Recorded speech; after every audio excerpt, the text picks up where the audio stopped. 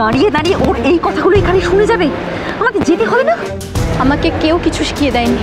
আমি যা দেখেছি, আমার বোধ আমাকে যতটুকু যা বলেছে আমি সেইটুকুই বলছি আপনাকে। আমি কি কিছু ভুল বলছি?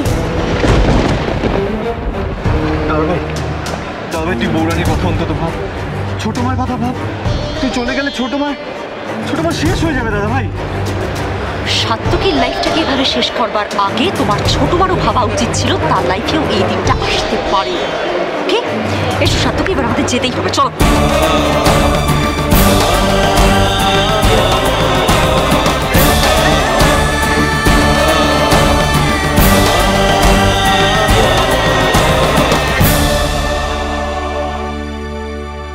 আমার আপনার কাছে একটা পাওনা আছে।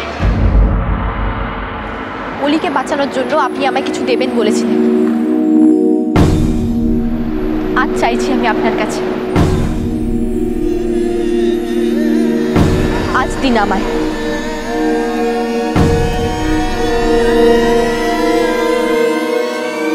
বাড়ি ফিরে চলুন আপনি।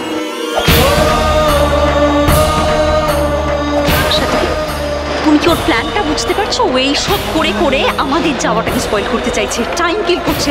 প্লিজ চলো এখান থেকে, প্লিজ। দাদা ভাই তুই কি সত্যি আমাদের ছেড়ে চলে যেতে চাস? প্লিজ যাস না, ফিরে চল, নাহলে এই ডিসিশনটার জন্য কিন্তু তুই হোল লাইফ রিপেন্ড করবি। প্লিজ যাস না দাদা ভাই। সাথে প্লিজ, আর দাঁড়িয়ে দাঁড়িয়ে এই নাটক দেখা যাচ্ছে না। প্লিজ চলো আমাদের নেট যে প্লিজ। এক্সকিউজ মি দাদা ভাই,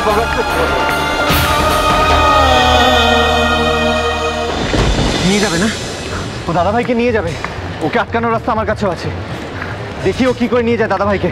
এই ভিডিওটা দেখার পর হবে না ভাই। আমি জানি মা ওকে কতটা ভালোবাসে, আর আমার বিশ্বাস ওই ভালোবাসার টানেই ও ফিরে আসবে। ঠিক আসবে।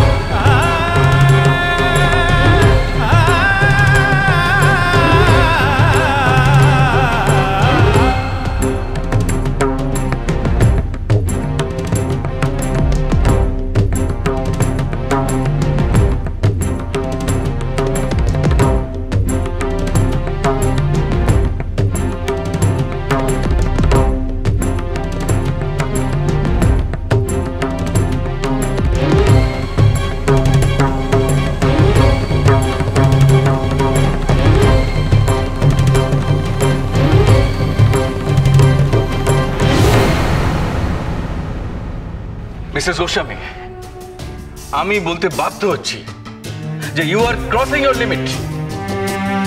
যা বলছেন সেটা ভেবে বলুন। আমার সব বোঝা হয়ে গেছে। হ্যাঁ গো, এই রামায়ণে পড়েছিলে না কৈকেয়ীর কথা? এখন দেখো, নিজের চোখে দেখো। মিসেস গোস্বামী। কি মিসেস গোস্বামী? গলা উঁচু করে কথা বলার মুখ আছে আপনার?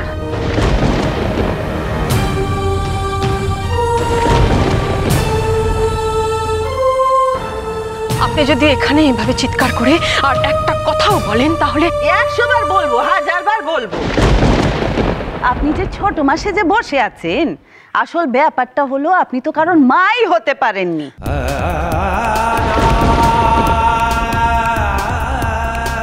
আমি যে সত্যি কথাটা বলেছিলাম তার জন্য সবাই বাপরে বাপ কত মুখ করলো, আমাকে কত কথা শোনালো, ক্ষমাও চেতে হয়েছিল।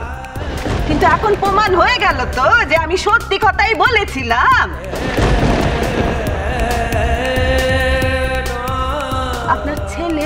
আপনার ছেলে সাত্তকী সেই আপনার গপ্পটা ভেঙে চুরে চুরমার করে দিল।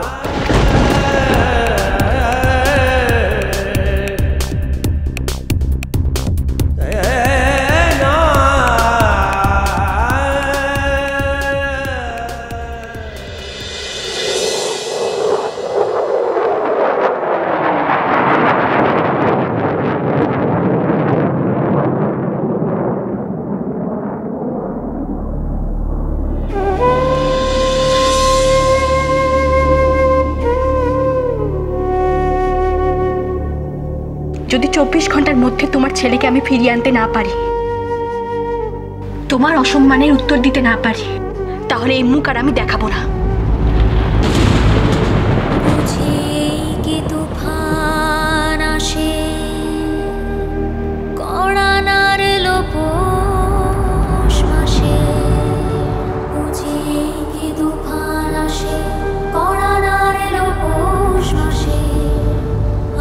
সুখের করির বারলো রে দাম, ঘর ভেঙে যায় তাসের, বুঝি কি তুফান আসে,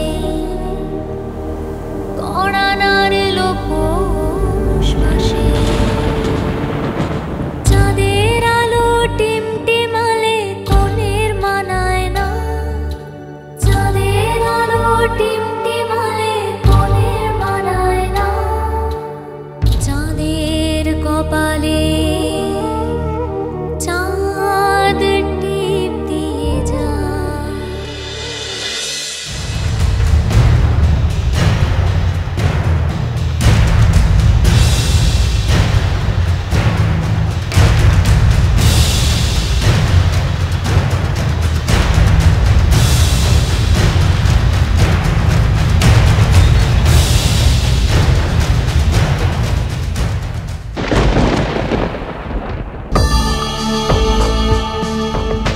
ইন্দিরা, কি হয়েছে তোমার? কেন তুমি ওদের এসব কথা শুনছো? কেন তুমি ওদের এসব অযৌক্তিক কথার উত্তর দিচ্ছ না? ইন্দিরা, ইন্দিরা, কেন তো চুপ করে আছো? বলো, তুমি তোমার নিশ্চয়ই কিছু বলার আছে। আর কি বলবেন উনি, বলার মতো মুখ আছে ওনার? মাজা টাইট দিয়েছে না, এবার চুপচাপ এই বাড়ি ছাড়লে মনটা জুড়োয়। ইন্দিরা, ইন্দিরা, তুমি চুপ করে থাকলে কিন্তু অনেক সমস্যার সৃষ্টি হচ্ছে। ইন্দিরা, বলো, তোমার তোমার যা বলার আছে বলো, বলো, উত্তর দাও এদের প্রশ্নে। সব প্রশ্নের উত্তর সময় দেবে দাদা। বাবা, এখনো মুখ নাড়ছেন? ধন্যী মহিলা। আর আমি কোনোদিন কাউকে কোনো কৈফিয়ত দিইনি, আজও দেব না।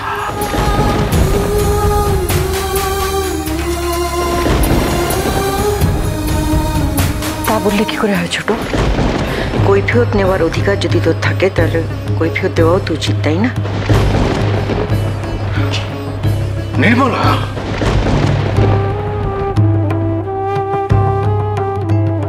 আমার কৃতকর্মের ফল আমি ঠিক পাবো দিদিভাই।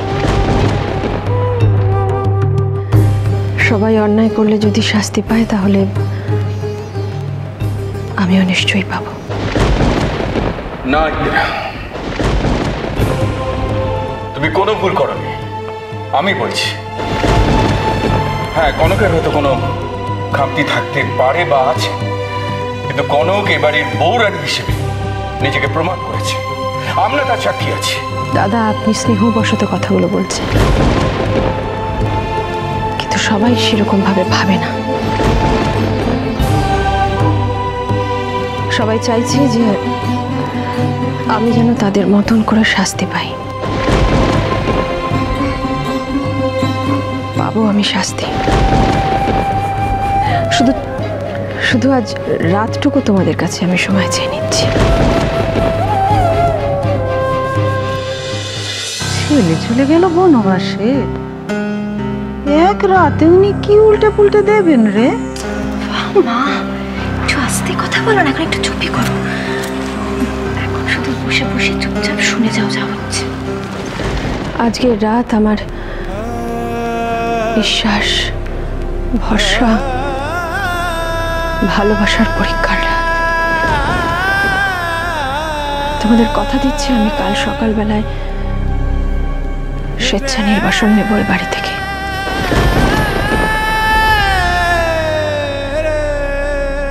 শুধু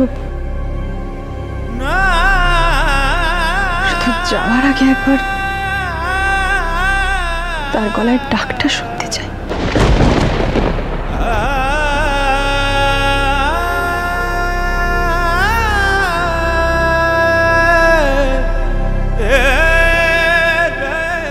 ছোট মা,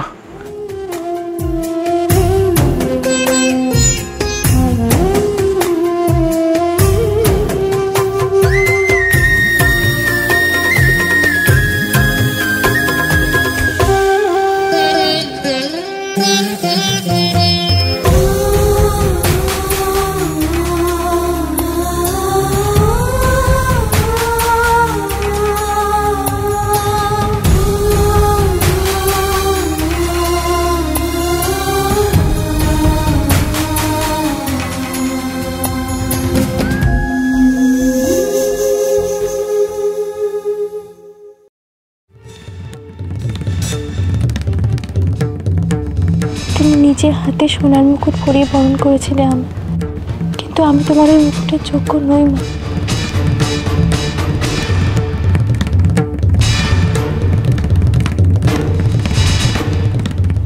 কনক, কনক